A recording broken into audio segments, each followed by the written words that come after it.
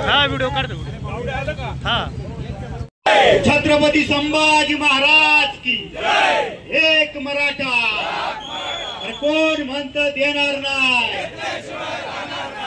लाडू घ्या एकमेकाला बरोबर चला।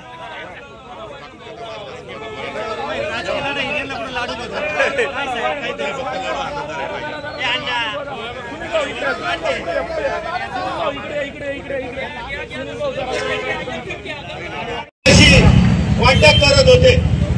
अनेकांनी हे मराठा आंदोलन दडपण्याचा प्रयत्न केला।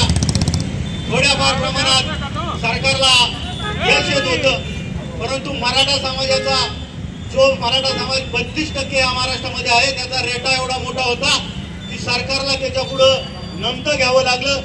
मनोजदादा जरांगे पाटील आंतरवाली सराटीपासून जुन्नर त्याचप्रमाणे भीमाशंकरचं आपलं मनसर परिसर असेल या परिसरातून मुंबई या ठिकाणी आझाद मैदानासाठी कूच केलं आणि मराठ्यांना आरक्षण मिळावं यासाठी अमरण उपोषणाची त्यांनी घोषणा केली। सरकारने हे आंदोलन दडपण्याचा प्रयत्न केला, परंतु मराठा समाज आणि मराठा बांधव मागे हटले नाही। मनोजदादाच्या पाठीमागे समाज उभा राहिला। लाखोचा समाज मुंबईमध्ये उतरला आणि मुंबई जाम झाली। मुंबई जाम झाल्यानंतर त्या ठिकाणी सरकारला कळलं तर जे आंदोलन हलक्या प्रमाणात होईल, माणसं गोळा होणार नाही असा सरकारचा एक भ्रम होता। कारण सरकारने मध्यंतरीच्या काळामध्ये आश्वासन दिली आणि ती पाळली नाही। त्याच्यामुळे सरकारला वाटलं आरक्षणाचा टेम्पो हा कमी झालेला आहे।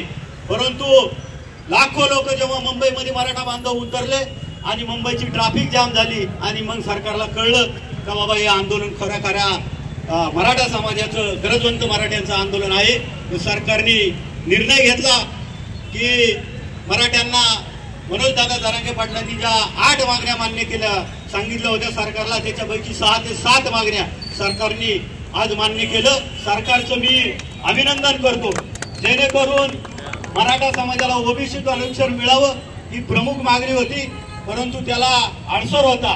म्हणून एक चांगली कल्पना दादांनी मांडली का हैदराबाद गॅजेट असेल, त्याचप्रमाणे सातारा गॅजेट असेल, त्याचप्रमाणे औंधचं गॅजेट असेल आणि इतर जे गॅजेट असेल त्यामध्ये मराठा समाजाची नोंद ही पूर्वी कुणबी म्हणून आहे।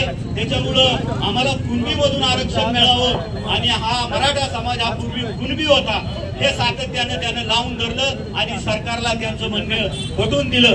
सगळे सोयऱ्यांचा प्रश्न हा मनोजदादा पाटलांनी मोठ्या प्रमाणात लावून धरला होता, परंतु गॅजेटनी मराठा समाजाला न्याय मिळाला आणि हे न्याय मिळत असताना आपण सर्व बांधव या लढ्यामध्ये यशस्वीरित्या त्यांच्याबरोबर उभे होता।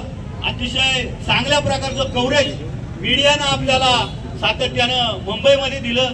या ठिकाणी सकाळचे पत्रकार असतील, आमचे प्रिंट मीडियाचे सर्व पत्रकार असतील, या तालुक्यातून त्यांनी देखील आम्हाला योग्य प्रकारचे सहकार्य केलं। या आंदोलनाच्या 2-3 बातम्या आपल्याला सकाळच्या माध्यमातून परवा दिवशी फ्रंट पेजला आपल्याला पाहायला मिळाल्या।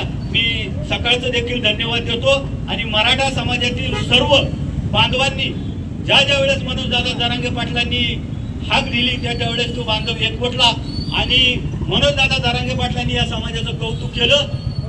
पश्चिम महाराष्ट्रातील नाशिक असेल, पश्चिम महाराष्ट्रातला पुणे जिल्ह्यातील भाग असेल, यांनी या आंदोलनासाठी सातत्याने आर्थिक मदत केली आणि समाजाची ताकद या मराठवाड्या विदर्भातील लोकांबरोबर हे आर्थिक ताकदीने मराठा उभे राहिले त्याचा उल्लेख दादांनी त्या ठिकाणी एसटी स्टँडच्या ठिकाणी केला।